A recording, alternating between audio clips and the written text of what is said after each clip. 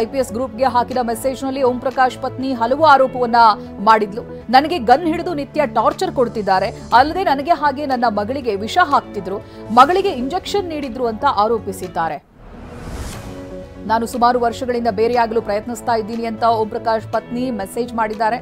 ನಾನು ಎಲ್ಲಿಗೆ ಹೋದ್ರೂ ನನ್ನ ಪತಿ ನನಗೆ ಹಿಂಸೆ ಕೊಡ್ತಿದ್ದಾರೆ, ನನ್ನ ಮಗಳಿಗೆ ಇಂಜೆಕ್ಷನ್ ಕೊಡ್ತಿದ್ರು, ಇದನ್ನ ಪ್ರಶ್ನಿಸಿದ್ದಕ್ಕೆ ಸಾಯಿಸುವ ಬೆದರಿಕೆ ಹಾಕಿದ್ರು ಅಂತಾನು ದೂರಿದ್ದಾರೆ.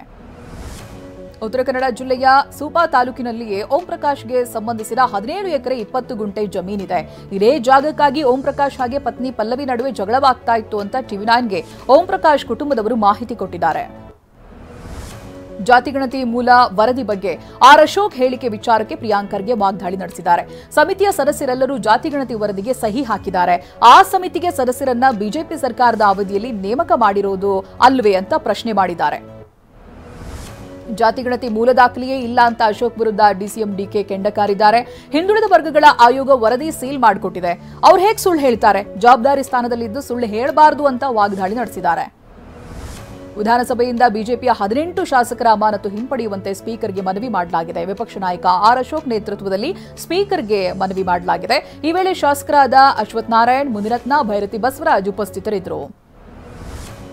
ಜನಿವಾರ ತೆಗೆಸಿದ್ದು ತಪ್ಪು, ಈ ಸಂಪ್ರದಾಯ ಸರಿಯಲ್ಲ ಅಂತ ಡಿಸಿಎಂ ಡಿಕೆ ಪ್ರತಿಕ್ರಿಯೆ ಕೊಟ್ಟಿದ್ದಾರೆ. ಜನಿವಾರ, ಲಿಂಗ ಎಲ್ಲ ಹಾಕಿರ್ತಾರೆ, ಇದನ್ನು ತೆಗೆಸೋದು ತಪ್ಪು. ಪರೀಕ್ಷೆ ವೇಳೆ ಎಲೆಕ್ಟ್ರಾನಿಕ್ ಉಪಕರಣ ಹಾಕಿರ್ತಾರೆ, ಅದಕ್ಕೆ ಪೊಲೀಸ್ ತಪಾಸಣೆ ಮಾಡ್ತಾರೆ. ಆದರೆ ಜನಿವಾರ, ಲಿಂಗ ತೆಗೆಸಿದ್ದು ತಪ್ಪು ಅಂತ ಹೇಳಿದ್ದಾರೆ.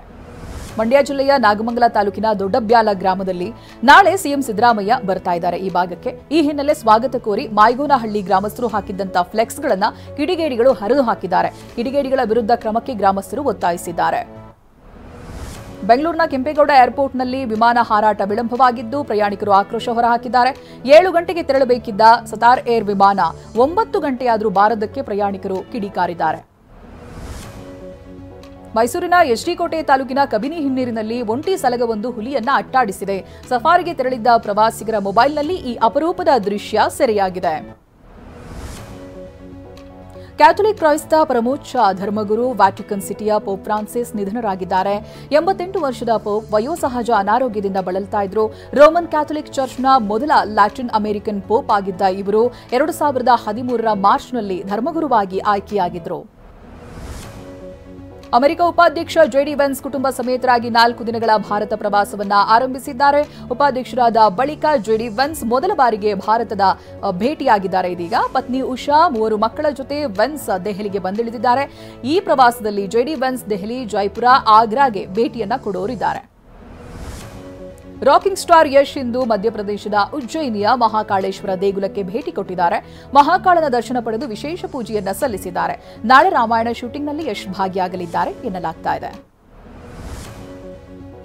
ನಟ ದರ್ಶನ್ ಹಾಗೆ ಪತ್ನಿ ವಿಜಯಲಕ್ಷ್ಮಿ ಜೊತೆಯಾಗಿ ಕಾಣಿಸಿಕೊಂಡಿದ್ದಾರೆ. ಜೈಸಿ ರೋಡ್ ಬಳಿ ಇರುವಂತಹ ಎಡಿಎ ರಂಗಮಂದಿರದಲ್ಲಿ ಇಬ್ಬರು ಜೊತೆಗೆ ಭರತನಾಟ್ಯ ವೀಕ್ಷಣೆ ಮಾಡಿದ್ದಾರೆ.